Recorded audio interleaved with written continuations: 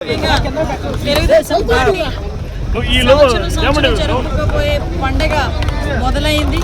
ఆ పండగకి నెల్లూరు వేదిక కావటం అన్నది నిజంగా మంచి పరిణామం కింద భావించుకోవాలి.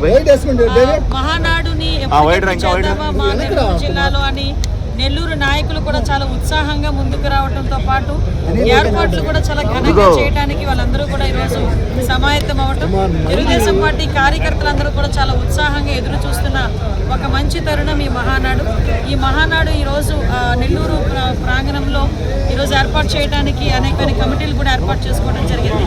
ఆ కమిటీల బాధ్యతలు, ఆ కమిటీలు చేసే వాళ్ళ వివరాలు అవన్నీ కూడా ఈరోజు ఇక్కడ చర్చించుకోవడం జరిగింది.